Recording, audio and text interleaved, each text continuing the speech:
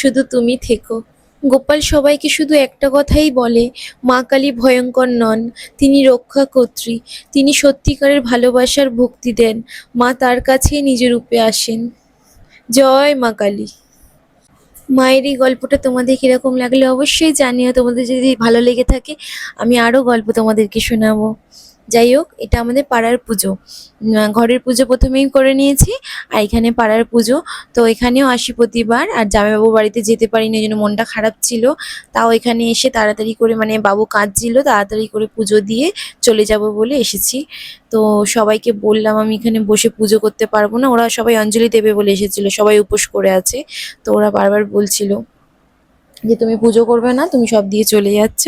তো ওটা নিয়ে একটু হাসাহাসি করলাম। আমি বললাম যে না গো, আমার ছোট বাবুটা খুব কাঁদছে, যার কারণে মায়ের কাছে আমি ফলমূলগুলো দিয়ে, মালা টালাগুলো দিয়ে গুছিয়ে রেখে দিয়ে চলে যাচ্ছি।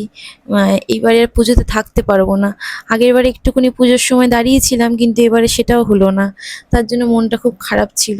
ভেবেছিলাম যে বাবু, জানি না, হয়তো বাচ্চারা বোঝে। যাই হোক, ও আমার বাবু একটু ওরকম করে পুজো আচ্ছার দিনকে। তো এখানে পুজো পুজো দিচ্ছি, হঠাৎ করে মনে পড়েছে প্রণামী দিইনি। তো প্রণামী নিয়ে এসে আবার প্রণামীটা দিলাম ব্রাহ্মণকে।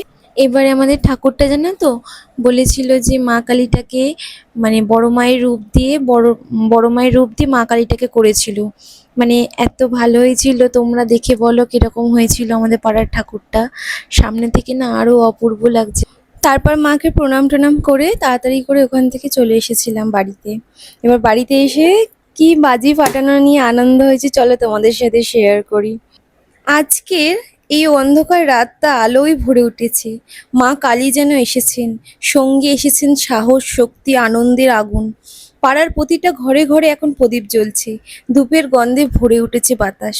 আর আমাদের মনও আজ যেন উজ্জ্বল আগুনের ফুলঝুরির মতন। দেখো না, আকাশে একটার পর একটা রঙিন ফুল ফোটে, যেন মা নিজে আশীর্বাদ ছড়িয়ে দিচ্ছেন। আজ যেন কোনো দুঃখ নেই, না আছে কোনো দূরত্ব, শুধু আলো, হাসি আর একসাথে থাকার আনন্দ। তাই আসো, এই কালী পুজোর রাতে আমরা সবাই একসাথে বলি, মা আমাদের জীবনে এমন আলো ছড়িয়ে দাও যাতে না কোনো থাকে কোনো ভয়, শুধু থাকে যেন শক্তি, ভালোবাসা। সবার মধ্যে সবার ভালোবাসায় ভরে থাকুক, কারোর মনে একটু হিংসা না থাকে। আর যত কুদৃষ্টি থেকে আমরা যেন রক্ষা পাই। আমাদের পরিবারকে যারা হিংসা করে, যারা ক্ষতি চায়, তাদের থেকে যেন মুক্তি পাই। তাদের মনের অন্ধকার যেন আমাদের জীবনে এসে না পৌঁছায়, তাদের না পাওয়াগুলো যেন আমাদের জীবনে এসে না পৌঁছায়, এটাই কামনা করি। সবাই ভালো থাক, সবাই সুস্থ থাক। জয় মা কালী।